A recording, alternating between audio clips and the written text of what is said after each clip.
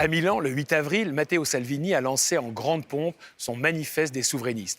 Le leader de la Ligue italienne a réuni autour de lui une bonne partie de l'extrême droite européenne. Les Français du Rassemblement national, les Autrichiens du FPE, les Espagnols de Vox, les Allemands de l'AfD, les Néerlandais du PVV, ainsi que les partis frères danois et suédois.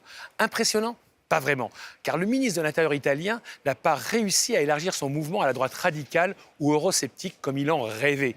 Ainsi, les Polonais de droit et justice, le Fidesz de Viktor Orban ou la NVA belge sont restés à la maison. En réalité, Salvini n'a réuni que l'actuel groupe politique de l'Europe des nations et des libertés, sur les bancs duquel son parti siège aux côtés du Rassemblement national. Et ce groupe, ça n'est vraiment pas grand-chose. 37 eurodéputés sur les 751 que compte le Parlement. Certes, il pourrait doubler de taille après les européennes, la Ligue ayant le vent en poupe, mais il restera quand même marginal. Comment expliquer cet échec ? Tout simplement parce qu'en dehors de leur détestation commune de l'Europe fédérale et de l'immigration musulmane, peu de choses unissent ces populistes. Détester ne suffit pas à unir, surtout lorsqu'on est en plus nationaliste, c'est-à-dire que l'on s'estime bien supérieur à ses voisins étrangers.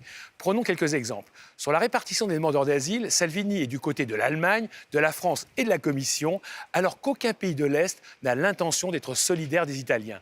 À l'Est toujours, on reste attaché à la manne du budget communautaire, alors qu'à l'Ouest, les démagogues veulent sa disparition.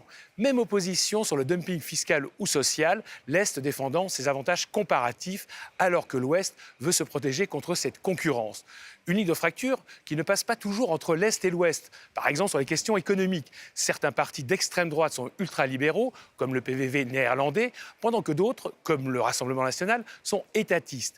Bref, une alliance entre toutes les forces eurosceptiques ou nationalistes aurait été purement nominale.